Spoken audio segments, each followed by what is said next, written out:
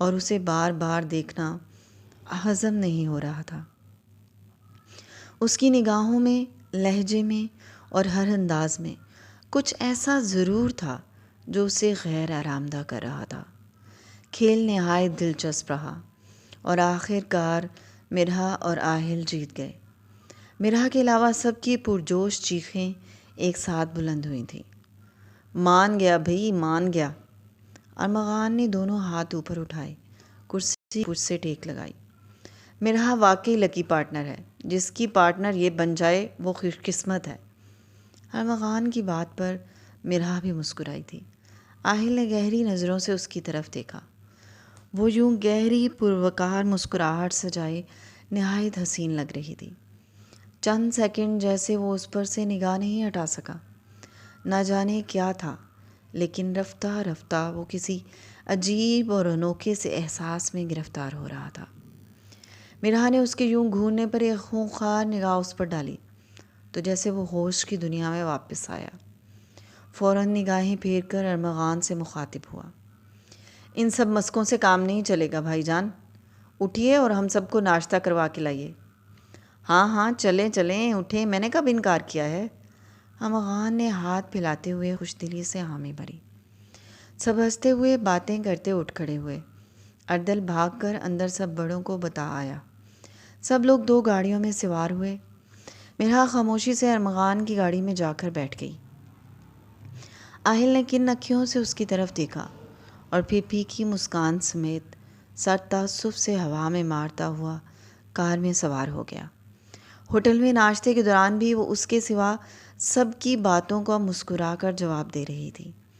صرف ایک وہ جب بھی بات کرتا وہ جبراً مسکرا کر بس لیے دیے انداز میں جواب دیتی۔ ارمغان اس کے ساتھ فیشن ڈیزائننگ پر بات کر رہا تھا اور وہ بڑی مہارت، ذہانت اور نفاست سے ہر سوال کا جواب دے رہی تھی۔ دونوں اب دوسرے لوگوں سے بے نیاز باتوں میں مشغول تھے۔ آہل ایک عجیب سی بے چینی محسوس کرنے لگا تھا۔ بار بار پہلو بدل رہا تھا اور بظاہر مایا سے باتیں کر رہا تھا، لیکن سماعت کہیں ارمغان اور مرحا کی باتوں پر لگی تھی۔ وہ نہ صرف نتاشا میں سینئر ڈیزائنر کے طور پر ترقی پا چکی تھی، بلکہ وہ فیشن انڈسٹری میں ہوئے بہت سے مقابلے بھی جیت چکی تھی۔ اس دن جس سیمینار میں وہ اسے چھوڑ کر آیا تھا، وہاں بھی اسے بہترین کارکردگی کے ایک انعام کے لیے مدعو کیا گیا تھا۔ آہل کے لیے جہاں یہ سب باتیں اچنبھے کی تھیں، وہاں دل اس کی قابلیت کے بوجھ تلے دب رہا تھا۔ وہ کبھی ارمغان کی باتوں کو غور سے سن رہی تھی، کبھی مسکرا رہی تھی اور کبھی تو کھل کر ہنس رہی تھی۔ آہل نہ چاہتے ہوئے بھی کن اکھیوں سے نہ صرف بار بار دونوں کی طرف دیکھ رہا تھا، بلکہ جلن جیسے احساسات اس کے دل و دماغ کو شل کر رہے تھے۔ ارمغان جب 5 سال پہلے آیا تھا تب وہ مرحا سے اس قدر بے تکلف نہیں تھا، لیکن شاید اس دفعہ وہ بھی مرحا کی شخصیت کے سحر سے معروب و متاثر ہوئے بنا نہیں رہ سکا تھا۔ آہل کو یہ سب اس بری طرح محسوس ہو رہا تھا کہ وہ خود کو بے چین و بے بس محسوس کر رہا تھا۔ واپسی پر بھی مرحا ارمغان کی گاڑی میں ہی گئی تھی اور اب تو وہ دونوں سب سے بے نیاز باتوں میں مگن تھے۔ آہل کے چہرے پر سختی در آئی تھی، جس پر وہ بامشکل قابو پائے ہوئے اپنی گاڑی میں جا بیٹھا تھا۔ وہ بارہا سر جھٹک کر ذہن کام میں مشغول کرنا چاہ رہی تھی، لیکن آہل کا آج کا رویہ بار بار آرام دہ کر رہا تھا۔ رات کے 2 بج رہے تھے اور وہ نہ تو کام میں دھیان لگا پا رہی تھی اور نہ ہی نیند آ رہی تھی۔ وہ بات نہیں تھی کہ وہ خود کو کمزور محسوس کر رہی تھی، لیکن ایک جھنجھلاہٹ اور بے کلی تھی جو اسے مضطرب کیے ہوئے تھی۔ آہل کا آج کا رویہ پچھلے دنوں سے نہ صرف مختلف تھا بلکہ عجیب و غریب تھا۔ وہ جب باوجود بہت کوشش کے کام پر دھیان نہیں لگا سکی تو غصے سے لیپ ٹاپ بند کرتی باہر ٹیرس پر نکل آئی۔ باہر نکلتے ہی غیر ارادی نگاہ آہل کے کمرے کی جانب اٹھی اور تھم گئی۔ وہ ٹیرس کے جنگلے کے ساتھ لگا سگریٹ پھونک رہا تھا۔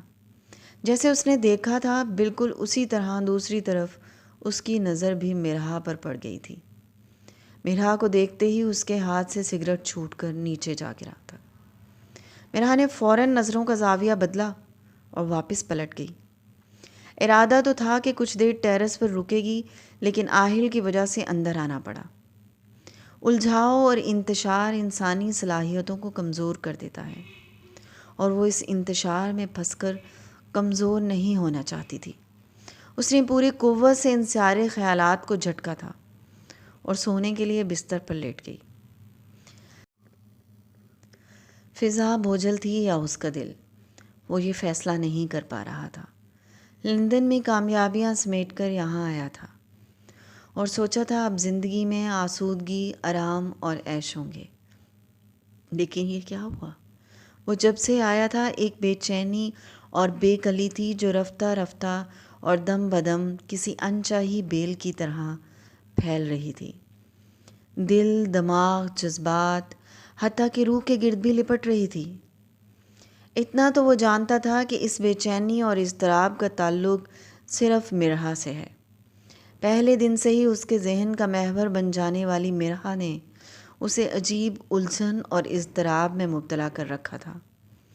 پہلے پہل تو وہ اس کی بے رخی اور ناراضی کو ختم کرنے کی کوشش میں تھا، لیکن اب یہ بے چینی ایک نئی شکل اختیار کر گئی تھی۔ وہ ہر طرح سے حواسوں پر چھا رہی تھی، روح کو جھنجھوڑ رہی تھی، جذبات کو جگا رہی تھی۔ آہل ولید کا مضبوط اور جذبات سے عاری دل بدل رہا تھا۔ وہ خود کو ایک ایسی دلدل میں دھستے ہوئے محسوس کر رہا تھا جس میں قدم رکھتے ہوئے وہ اسے صرف گیلی مٹی سمجھا تھا۔ ارمغان سو چکا تھا اور وہ ٹیرس پر نکل آیا تھا۔ سگریٹ سلگا لیا تھا اور پشت جنگلے سے ٹکا لی تھی۔ ارمغان کے ساتھ اس کے انداز کو یاد کر کے دل پر سانپ لوٹ رہے تھے۔ آخر کو مجھے کیا ہو رہا ہے؟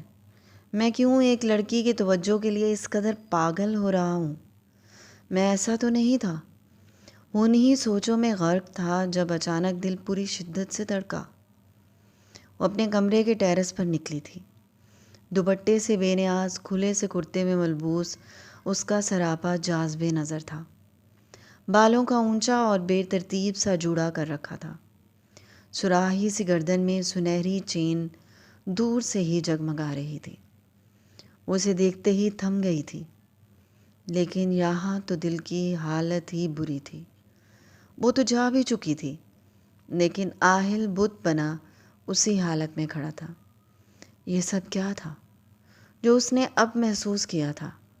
وہ دل کی اس شدت سے دھڑکنے پر ہل کر رہ گیا۔ ہاتھ بے ساختہ دل پر چلا گیا۔ اس کے چہرے پر ہوائیاں اڑ رہی تھیں، آنکھوں کی پتلیاں خوف سے پھیل رہی تھیں۔ آخر یہ سب کیا تھا؟ اس کے ذہن نے خوف سے کانپتے ہوئے دل سے سوال کیا، اور دل مسکرا دیا۔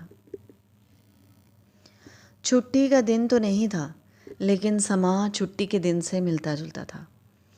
آج دعا کے رشتے کے لیے مہمان آ رہے تھے، جن کو خاص مایا کے آنے تک ہی روک کر رکھا گیا تھا۔ لڑکا دعا کی طرح ہی سافٹ ویئر انجینئر تھا۔ دبئی میں بہت اچھی کمپنی میں ملازمت تھی۔ گھر بار بھی اچھا تھا۔ لڑکے کی فقط ایک بہن تھی۔ ماں باپ پڑھے لکھے اور سلجھے ہوئے تھے۔ وہ اور ارمغان صبح تقریباً 12 بجے کے قریب اٹھے تھے۔ دونوں ایک ساتھ نیچے آئے تھے۔ لاؤنج میں خاصا شور تھا۔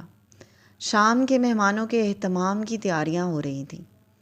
وہ یوں ہی ناشتے کا کہنے کچن میں آیا تھا جب سامنے اسے بڑے سے پتیلے نما برتن میں چمچ چلاتا دیکھ کر چوکھٹ پر ہی رک گیا۔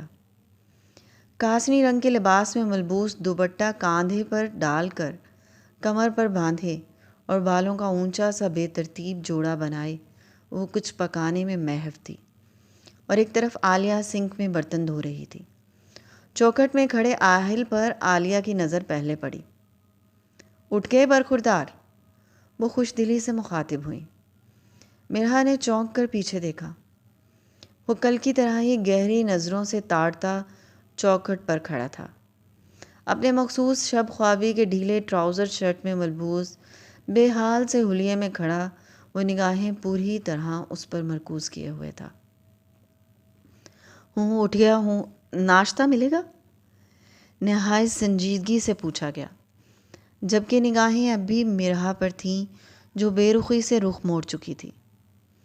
جی جی، کیوں نہیں ملے گا؟ تم اور ارمغان ہی رہتے ہو، باقی سب تو کر چکے ہیں، ابھی فریش بناتی ہوں۔ فریش بنانے کی کیا ضرورت ہے؟ یہ کیا پکا رہی ہے؟ وہی کھا لیتا ہوں۔ وہ باہر جانے کے بجائے اندر چلا آیا اور مرحا کے بالکل پاس کھڑے ہو کر برتن میں جھانکا۔ وہ اتنا قریب آ کر کھڑا ہوا تھا کہ مرحا کی کہنی سے ٹکرا گیا تھا۔ وہ میکرونی پاستا بنا رہی تھی، اشتہا انگیز خوشبو اور کھانے کی صورت بتا رہی تھی کسی ماہر نے پکایا ہے۔ بھئی واہ، یہ تو میری پسند کا پاستا ہے۔ وہ جان بوجھ کر مرحا کے کان میں چیخا تو مرحا نے صرف چہرہ موڑ کر گھورنا چاہا، لیکن جس طرح وہ دیکھ رہا تھا ذہن کھول اٹھا۔ جواب عالیہ نے دیا تھا، بھئی یہ تو شام میں آنے والے مہمانوں کے لیے ہے، تم لوگ ناشتہ ہی کرو۔ چلے میں تھوڑا سا چکھ لیتا ہوں۔ وہ ہنوز مرحا کی غسیلی نگاہوں میں نظریں گاڑے گہری مسکراہٹ کے ساتھ کہہ رہا تھا۔ وہ نخوت سے ناک چڑھاتی ایک طرف ہو کر سنک میں ہاتھ دھونے لگی۔ مومانی، میں آنچ ہلکی کر کر جا رہی ہوں، کچھ دیر میں آ کے پھر سے چیک کرتی ہوں۔ وہ اس سے بے نیازی برتتی عالیہ سے مخاطب ہوئی۔ ٹھیک ہے۔ عالیہ جو فریج میں سے کچھ نکال رہی تھی مصروف لہجے میں بولی، مجھے تو بتاتی جاؤ، کیا میں اس میں سے کھا لوں؟ آہل نے شوق نظروں سے گھورتے ہوئے پوچھا۔ حیرت ہے، تم کھاتے بھی ہو؟ مجھے تو لگا صرف پھونکتے ہو۔ ذو معنی لہجے میں اس کی سگریٹ پر چوٹ کرتی وہ وہاں رکی نہیں تھی، سپاٹ چہرے کے ساتھ کچن سے باہر نکل گئی تھی، اور وہ اس کی اس بات پر محظوظ ہوتا خوبصورتی سے مسکرا دیا۔ ناراضی چاہے جتنی بھی سنگین سہی، محترمہ کو اس کا سگریٹ پینا برا لگا تھا۔ کیا ہوا، ایسے کیوں ہنس رہے ہو؟ عالیہ جو فریج سے انڈے نکال کر پلٹی تھی اس کے یوں مسکرانے پر حیرت سے سوال کیا۔ وہ جواب دینے کے بجائے دانت نکال کر ہنسنے لگا۔ عالیہ نے حیرت سے ابرو چڑھائے۔ خیریت ہے، پاگل تو نہیں ہو گئے لڑکے؟ پاگل؟ اب کی بار تو وہ کہا لگا کر ہنس دیا۔ عالیہ کا منہ حیرت سے کھل گیا۔ آپ سچ کہہ رہی ہیں چچی، میں واقعی پاگل ہو گیا ہوں۔ وہ یوں ہی ہنستے ہوئے اور مرحا کے اس پیارے سے طنز کو ذہن میں دہراتے ہوئے کچن سے باہر نکل گیا، اور عالیہ نے ناسمجھی سے اس کی پشت کو گھورا اور پھر سر جھٹک کر چولہے کی طرف متوجہ ہو گئی۔ محبت جنس، جذبات اور ذہنی پختگی سے الگ تھلگ ہی شے ہے۔ یہ نہ تو عمروں کے تفاوت تولتی ہے اور نہ ہی ذہن کی پختگی کو جانچتی ہے۔ یہ جب بیدار ہو جائے تو پھر سب کچھ مدہوش ہونے لگتا ہے۔ یہ اگر کسی پختہ ذہن والے کو لاحق ہو جائے تو وہ اس کے داؤ پیچ سمجھتے سمجھتے ہی نیم دیوانہ ہو جاتا ہے۔ کل جو حرکتیں اسے عامیانہ اور بچوں جیسی محسوس ہوتی ہیں، وہی حرکتیں آج اسے ایک ٹھوس حقیقت لگنے لگتی ہیں۔ یہ تو ایسی بیماری ہے صاحب، فولاد کو بھی خام لوہا کر دیتی ہے۔ اس کے فولادی دل میں بھی محبت کا جذبہ سر اٹھا چکا تھا۔ محبت نے اس کی ذہنی پختگی، اس کے اصولوں اور تمام حدودوں کے پرخچے اڑا کر رکھ دیے تھے۔ آہل ولید گھٹنوں پر آ گرا تھا، اور ستم یہ تھا جس لڑکی کو ٹھکرایا تھا، جس کے جذبات کا مذاق اڑایا تھا، اس کو لاحق ہونے والے مرض کی دوا وہی تھی۔ اس سب کے باوجود یہ ایسے لمحے ہوتے ہیں جن میں جکڑا انسان ایک مسرور سی کیفیت میں ہوتا ہے، محبوب کی قربت میں خود کو دمکتا اور مہکتا محسوس کرتا ہے۔ وہی توجہ کا مرکز اور وہی درز دیدہ نگاہ ہوتا ہے۔ دعا کا رشتہ خوش اسلوبی سے طے پایا تھا۔ لڑکے کی چھٹی کم تھی، اس لیے 2 دن بعد ہی نسبت کی رسم طے پا گئی تھی۔ چھوٹی سی مشترکہ تقریب کا ارادہ بنا جو قریب ہی ایک ہوٹل میں منعقد کرنا طے پائی۔ شام کافی پرمسرت رہی۔ آہل سیاہ کرتا شلوار زیب تن کیے باقی دنوں سے بہت منفرد اور نہایت وجیح لگ رہا تھا۔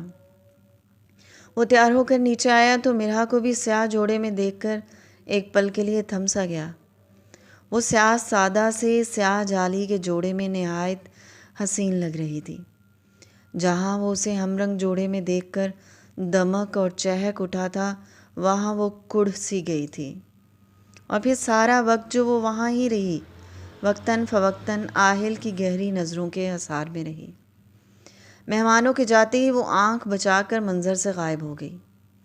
اس کے جانے کے بعد جیسے وہ بجھ سا گیا۔ سب خواتین ایک طرف بیٹھ گئی تھیں۔ سب مردوں کی محفل لاؤنج میں جمی تھی۔ ایک وہ تھا جو ان میں بیٹھ کر بھی وہاں نہیں تھا۔ اچانک کسی خیال کے تحت اس کی آنکھیں چمکیں اور وہ فوراً سب میں سے اٹھا اور زینے کی طرف چل دیا۔ آہل کے نگاہوں کے والہانہ پن نے اسے کوفت میں مبتلا کر دیا تھا، اس لیے مہمانوں کے جاتے ہی وہ اوپر چلی آئی۔ آتے ہی سب سے پہلے غصے میں کپڑے تبدیل کیے۔ اسے اگر تھوڑا سا بھی اندازہ ہوتا کہ آہل بھی سیاہ سوٹ پہننے والا ہے تو وہ کبھی اس جوڑے کا انتخاب نہیں کرتی۔ اب وہ ہلکے فیروزی اور سفید رنگ کے چیکدار کرتا اور کیپری میں ملبوس تھی۔